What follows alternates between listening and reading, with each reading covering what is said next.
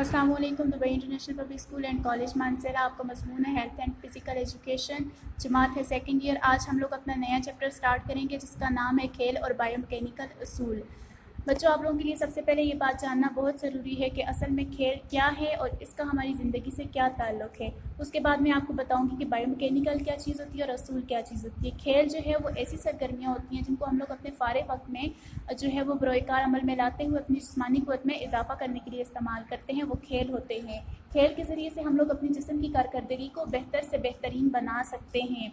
और उसके अलावा आपको ये जानना बहुत ज़रूरी है कि असूल क्या है। असूल का मतलब ये होता है कायदा या कानून। जैसे कि ज़िंदगी में हर काम करने के लिए एक कायदा और एक कानून होता है, अगर उसके ज़रिए से काम को अपनाया जाए तो काम जो है वो बेहतर हो सकता है।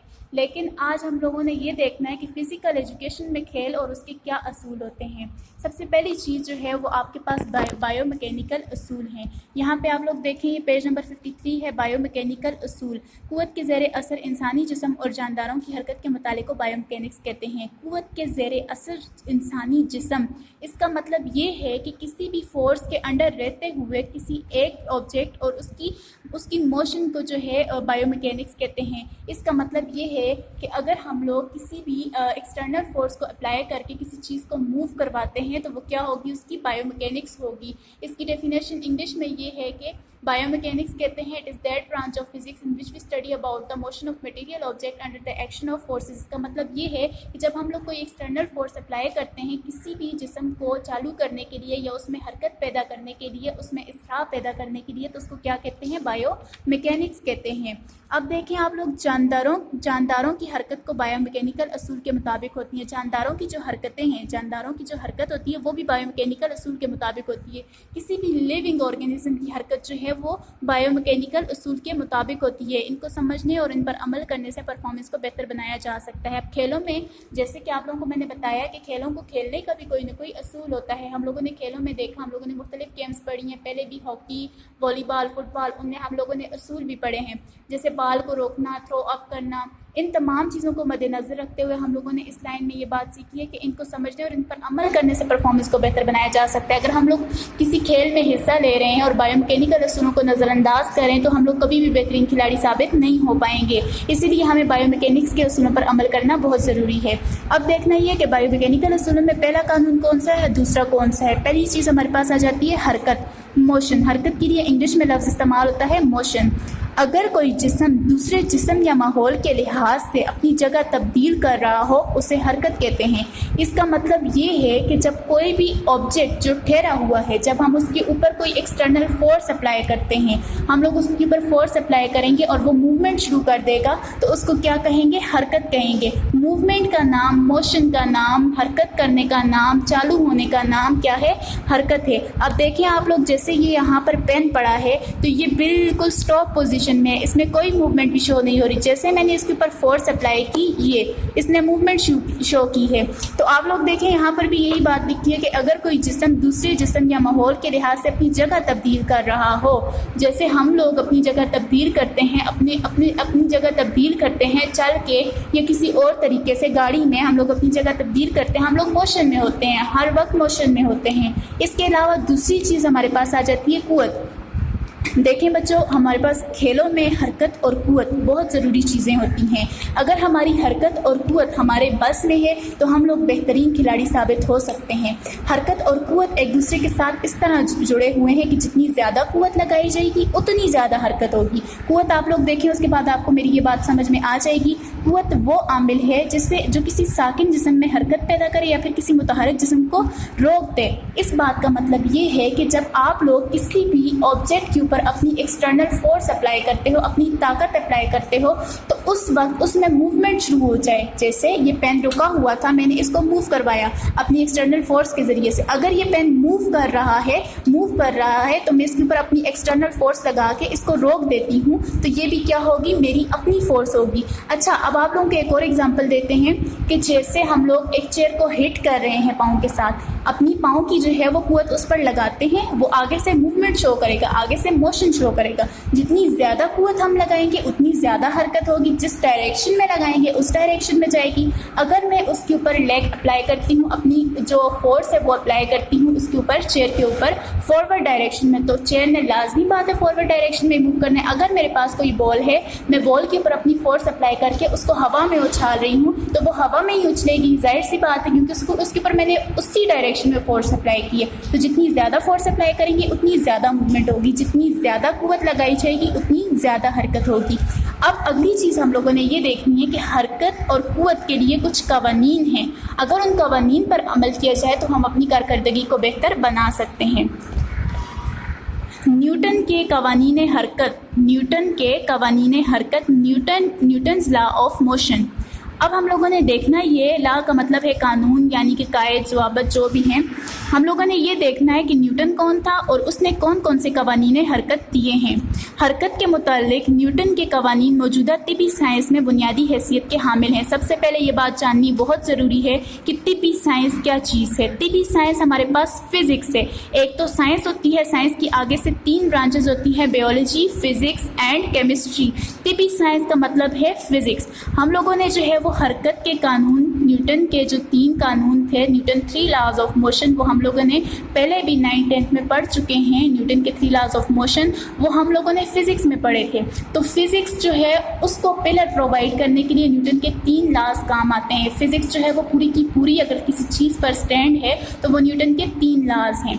ये कवानीन मंदरजा झेल हैं। अब देखना ये है कि कानून कौन कौन से हैं, हर वो कौन कौन से कानून हैं जिन पर पूरी फिज़िक्स बनी हुई है। पहला कानून है हरकत, फर्स्ट लॉ ऑफ मोशन। किसी बैरूनी कुव्वत की गैर मौजूदगी में एक साकिन जिस्म हमेशा साकिन रहता है। इस बात को जानना और इस बात को समझना बहुत ज़रूरी है कि जब तक हम लोग किसी ऑब्जेक्ट के ऊपर बैरूनी कुव्वत, एक्सटर्नल फोर्स नहीं अप्लाई करेंगे तब तक वो क्या रहेगी, रुकी ही रहेगी। जैसे ये मिसाल ले लें कि अगर एक बॉल है वो अपनी जगह पर एक टेबल के ऊपर पड़ी हुई है, तो जब तक मैं उसके ऊपर अपनी फोर्स अप्लाई नहीं करूँगी तब तक वो मूव भी नहीं करेगी। जैसे ही मैं उसके ऊपर अपनी फोर्स अप्लाई करूँगी वैसे ही वो मूव करना शुरू कर देगी। जैसे आप लोगों को मैं एग्जांपल देती हूँ, ये एक कॉपी पड़ी हुई है मेरे पास। अगर मैं ये कॉपी बिल्कुल अपनी स्टॉप पोजीशन पे, ये मूव नहीं कर रही, अभी मैं इसके ऊपर यूं ये मैंने अप्लाई की फोर्स, तो ये फ़ौरन मूव करके आगे की तरफ गई है। जितनी मैंने इसके ऊपर फोर्स अप्लाई की उसने उतना ही मूवमेंट शो की है। और मुतहर्रिक जिस्म यकसा रफ्तार के साथ खत्ते मुस्तकीम पर अपनी हरकत जारी रखता है। देखें आप लोगों को मैंने अभी एग्जाम्पल करके दिखाई है कि जितनी ज़्यादा कुव्वत लगाऊंगी वो उसी ट्रैक पे उसी तरह से मूव करेगी और उतनी ही ज़्यादा मूव करेगी जितनी मैंने उसके ऊपर कुव्वत लगाई हुई होगी। इस कानून को जमूद का कानून भी कहते हैं। जमूद के कानून से मुराद ये है कि जितनी फोर्स लगाएंगे उतनी मूवमेंट शो करेगा। आप लोगों को ये बात समझना ज़रूरी है कि आप लोगों को मैंने अभी भी बताया कि आप जितनी कुव्वत एक्सटर्नल फोर्स उसके ऊपर अप्लाई करेंगे वो उतनी ही मूवमेंट शो करेगी। और कोई भी जिस्म, कोई भी साकिन जिस्म उस वक्त तक हरकत में नहीं आएगा जब तक आप उसके ऊपर एक्सटर्नल फोर्स अप्लाई नहीं करेंगे। दूसरा कानून है हरकत, सेकेंड लॉ ऑफ मोशन। अब आप लोगों ने देखना ही है कि सेकंड लॉ ऑफ मोशन क्या था। फर्स्ट लॉ ऑफ मोशन जो है वो आपको मैंने बता दिया कि कोई भी जिस्म जो है अगर वो साकन है, स्टॉप पोजीशन पे है, तो वो उस वक्त तक मूवमेंट शो नहीं करेगा जब तक हम लोग उसके ऊपर एक्सटर्नल फोर्स नहीं अप्लाई करेंगे। और जब हम लोग उसके ऊपर एक्सटर्नल फोर्स अप्लाई करेंगे तो वो उतनी मूवमेंट करेगा जितनी हम लोगों ने इसके ऊपर एक्सटर्नल फोर्स अप्लाई की होगी। दूसरा कानून है हरकत। जब कोई बैरूनी कुव्वत किसी जिस्म पर अमल करती है तो वो अपनी ही सिमत में उस जिस्म में इसरा पैदा करती है। इसरा का मतलब होता है मूवमेंट या हरकत या किसी चीज़ को चालू करना। जब कोई बैरूनी कुव्वत, जब कोई एक्सटर्नल फोर्स किसी जिस्म पर, किसी ऑब्जेक्ट पर रिएक्शन करती है, जब हम लोग किसी भी ऑब्जेक्ट के ऊपर एक्सटर्नल फोर्स अप्लाई करते हैं तो वो जिस सिमत में एक्सटर्नल फोर्स लगाई हुई होती है वो उसी सिमत में उस जिस्म में मूवमेंट पैदा करती है। मैंने आप लोगों को बताया कि अगर मैं कॉपी के ऊपर फॉरवर्ड डायरेक्शन में फोर्स अप्लाई करूंगी तो वो कॉपी को फॉरवर्ड डायरेक्शन में लेकर चलेगा। अगर मैं उसको बैकवर्ड में अप्लाई करूंगी तो वो बैकवर्ड में। इसका मतलब ये है कि अगर मैं बॉल को ऊपर फेंकूंगी, ऊपर की तरफ फोर्स लगाकर फेंकूंगी तो बॉल जो है वो हवा में जाएगी। अगर मैं उसको नीचे ज़मीन की तरफ फेंकूंगी तो वो ज़मीन की तरफ जाएगी। अगर मैं सामने खड़े बंदे की तरफ फेंकूंगी तो वो उसकी तरफ जाएगी। अगर मैं पीछे वाले बंदों के लिए फेंक रही हूँ तो वो उनकी तरफ जाएगी। जिस डायरेक्शन में मैंने फोर्स अप्लाई की होगी वो उसी डायरेक्शन में बॉल को लेकर अपने साथ चलेगी। इसके बाद इस इसरा की मिकदार बैरूनी क़ुव्वत के रास्त मतनासिब होती है। इस लाइन का मतलब ये है कि जब हम लोग किसी चीज़ को मूव करवाते हैं, उसके ऊपर फोर्स लगाते हैं, तो वो फोर्स और हरकत दोनों एक दूसरे के बराबर होंगे। जितनी ज़्यादा फोर्स लगाएंगे उतनी ज़्यादा हरकत होगी, जितनी ज़्यादा हरकत होगी उतनी ज़्यादा फोर्स होगी। मतनासिब का मतलब ये होता है कि बिल्कुल बराबर होंगी, और कमियत के बिलक्स मतनासिब होती हैं। वही बात आ रही है बार बार कि जितनी ज़्यादा क़ुव्वत लगाएंगे उतनी ज़्यादा उसमें मूवमेंट होगी। तीसरा कानून हरकत, थर्ड लॉ ऑफ मोशन हम देखना है। हर क़ुव्वत के अमल का एक रद्द अमल होता है। हर क़ुव्वत के अमल का एक रद्द अमल होता है, यानी कि आप लोग अगर किसी जिस्म के ऊपर, अगर किसी ऑब्जेक्ट के ऊपर अपनी फोर्स अप्लाई कर रहे हैं, आप लोग उसको एक्शन दे रहे हैं, आप खुद एक्शन कर रहे हैं। अब वो जाहिर सी बात है अगला ऑब्जेक्ट आपको रिएक्शन करेगा। अमल एक्शन होता है जो हम कर रहे होते हैं, रद्द अमल रिएक्शन होता है जो हम लोगों को आगे से मिल रहा होता है।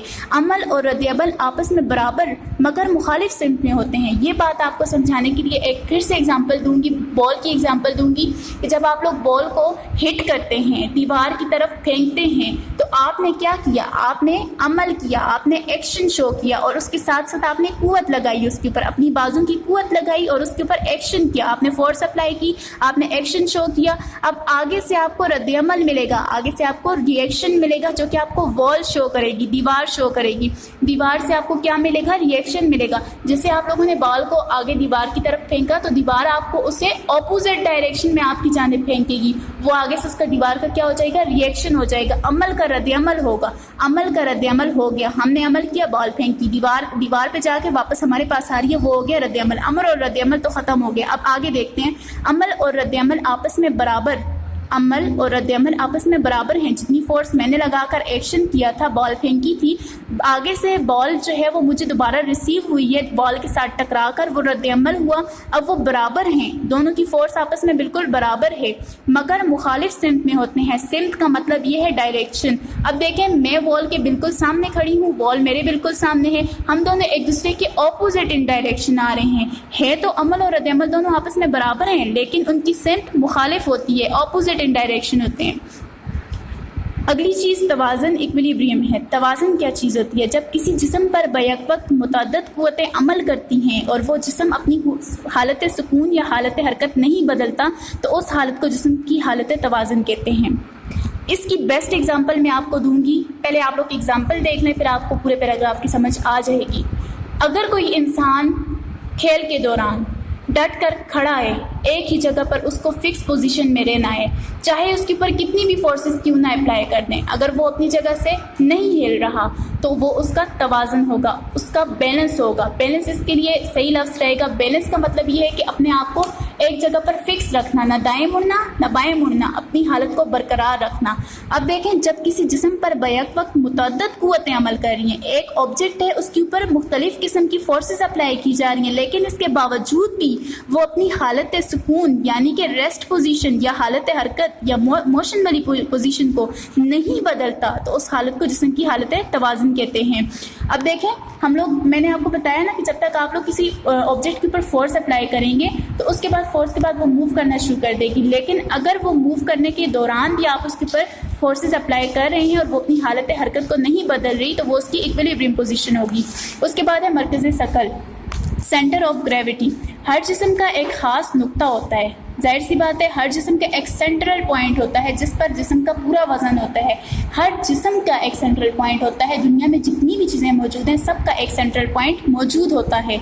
यहाँ पर भी यही बात लिखी हुई है कि हर जिस्म में एक ख़ास नुक्ता होता है जहाँ पर जिस्म का सारा वजन अमल करता है, और उसको क्या कहते हैं? मरकज़ सकल कहते हैं, सेंटर ऑफ ग्रेविटी। ग्रेविटी किसे कहते हैं? एक ऐसी क़ुव्वत होती है, एक ऐसी कशिश होती है जो कि ज़मीन के अंदर मौजूद होती है, जो चीज़ों को अपनी तरफ खींचती है। हम लोग ज़मीन पर चल रहे हैं तो वो फ्रिक्शन की वजह से चल रहे हैं, लेकिन हमारा जिस्म ज़मीन पर खड़ा है तो वो सेंटर ऑफ ग्रेविटी की वजह से, हमारे जिस्म का जितना भी वजन है वो सारे का सारा हमारी सेंटर ऑफ ग्रेविटी पर डिपेंड करता है। खेलों के दौरान भी इन तमाम चीज़ों को मद्देनज़र रखना बहुत ज़रूरी होता है। अगर इसकी एक छोटी सी एग्जांपल आपको दे देती हूँ कि अगर आप लोग दौड़ का मुकाबला कर रहे हैं और दौड़ के मुकाबले में आपकी हरकत सबसे ज़्यादा तेज़ है और आप फर्स्ट पे जा रहे हैं, और हरकत तेज़ होने के बावजूद भी अगर आपको अचानक से स्टॉप करना पड़ जाता है, आपको रुकना पड़ जाता है और आप लोग नहीं रुक पाते, अपने कदमों पर आपको तवाज़ुन नहीं है, आप अपने कदमों पे खड़े नहीं हो सकते, एकदम से अपने जिस्म को काबू में नहीं कर सकते, तो इसका मतलब ये है कि आपका सेंटर ऑफ ग्रेविटी भी ख़राब है, आपकी हरकत करने का तरीका भी ख़राब है, और इसके अलावा आपने जो कुव्वत लगाई है वो भी आपके बस में नहीं है, क्योंकि आपने कुव्वत ज़्यादा लगा ली है, आपका जिस्म अब उसको रोक भी नहीं पा रहा और आप कुछ भी ठीक से नहीं कर पा रहे हैं। अगर आप लोग अपने बायोमैकेनिकल असूल को, अपने बायोमैकेनिक्स के असूलों को ठीक करने हैं तो आप अपनी हरकत पर काबू पा सकते हैं।